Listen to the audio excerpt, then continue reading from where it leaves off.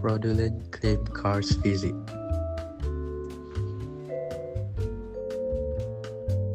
Team members consist of Muhammad Hazmi bin Husni 2024203016, Nur Zaidani Adib bin Nur Zarizal 2024226214, Muhammad Amir Haikal bin Yusuf 2024256058. Objective 1. To compare fraudulent and non-fraudulent claims based on year 2015 to 2016. Objective 2. To analyze information on Sean's profiling. Objective 3. To investigate the claim made and vehicle involved. Objective 1. Chart 1 and data storytelling narration. At the chart, we can see that in the ever-evolving landscape of claims management, pattern of fraud and non-fraudulent claims provide deep insight into emerging trends. This chart unravels the dynamics of fraudulent and non-fraudulent claims across 2 years between 2015 and 2016. The vast majority of claims fall into the non-fraudulent category, as seen in the towering bars on the left. Both in 2015 and 2016, the number of legitimate claims remains consistently high, exceeding 1,200 each year.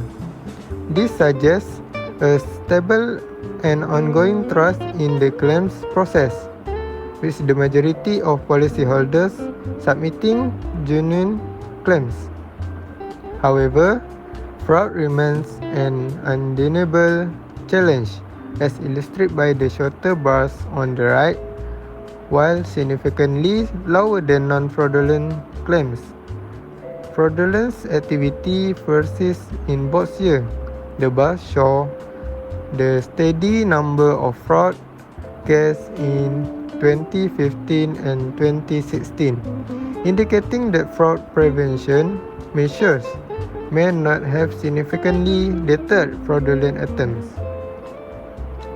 As we move forward, the data underscores the importance of strengthening fraud detection efforts while ensuring a seamless process for genuine claimants. The story is clear. While honesty dominates, fraud still lurks in the shadow, waiting to be addressed with smarter strategies and vigilance. Then, the second chart and data storytelling narration. At the chart, we can see fraudulent claims remain a critical challenge in the insurance industry, evolving in patterns that require continuous vigilance. This pie chart represents the distribution of fraudulent claims across 2 consecutive years, between 2015 and 2016, shedding light on the subtle shift in fraudulent activities. In 2015, fraudulent claim accounts for 49.63% of total fraud cases. In 2016, the percentage saw a marginal increase to 50.37%. At first glance, this near-even split suggests that fraudulent activities remain relatively stable between these 2 years.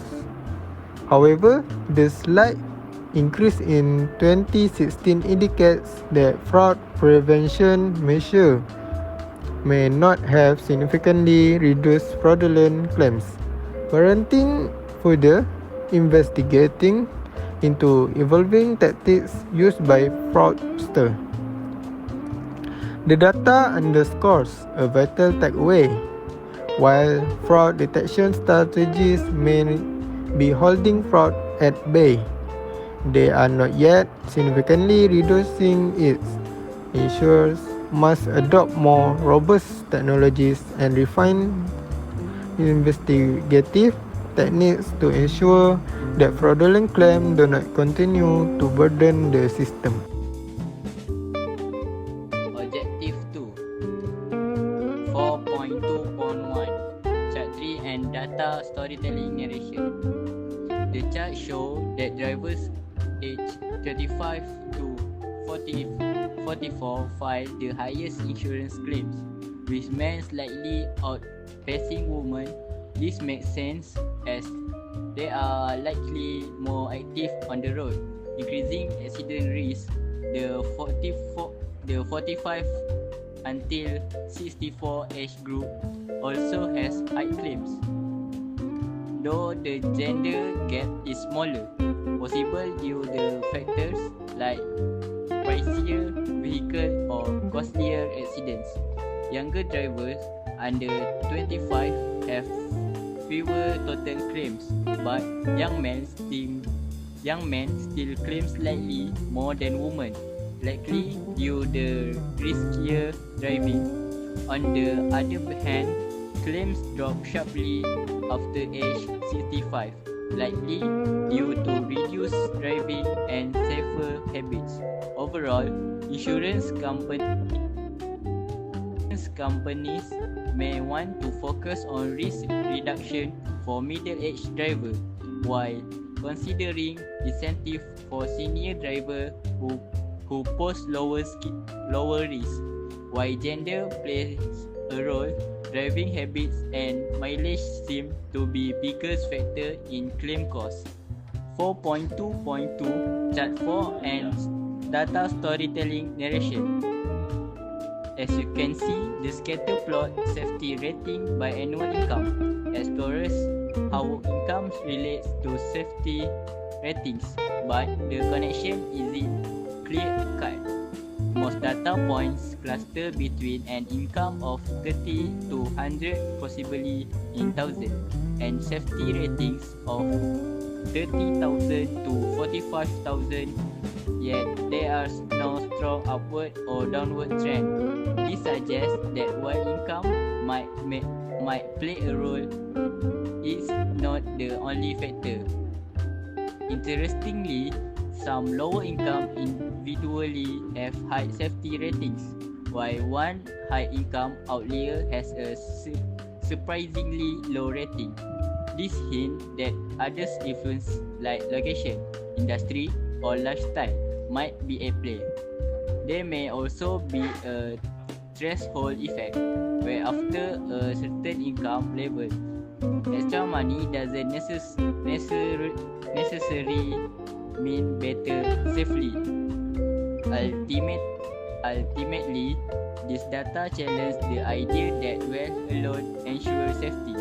Other variables such as education and environment likely shape the full pictures, warranting a deeper dive into what truly impacts safety rating.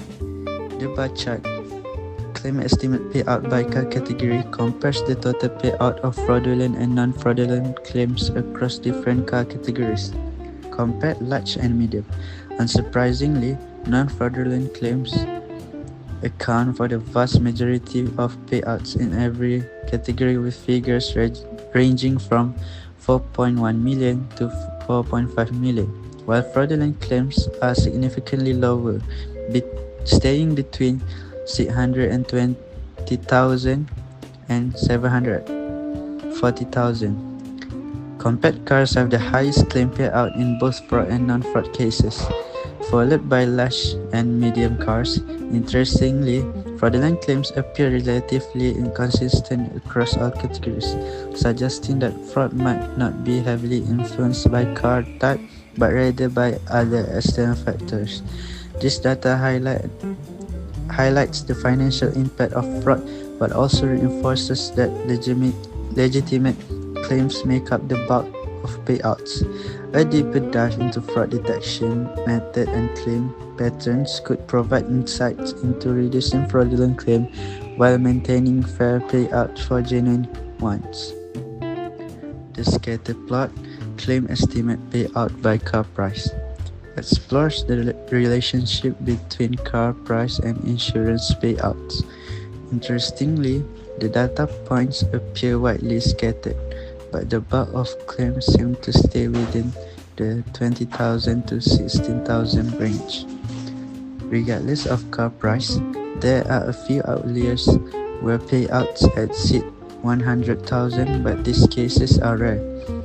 The car prices on the x-axis remain relatively low, mostly under 3,500, which suggests the dataset might be dealing with depreciated values, auction price, or specialized insurance categories. Despite this, payouts do not seem to increase significantly as car price rises, indicating that other factors such as claim type, policy limits, or fraud detection may play a larger role in determining payouts than the price of the car itself. Overall, this chart challenges the assumption that more expensive cars always lead to higher payouts. Instead, claim amounts remain fairly consistent across the board, hinting at deeper insurance policy structure or external influences that warrant further investigation.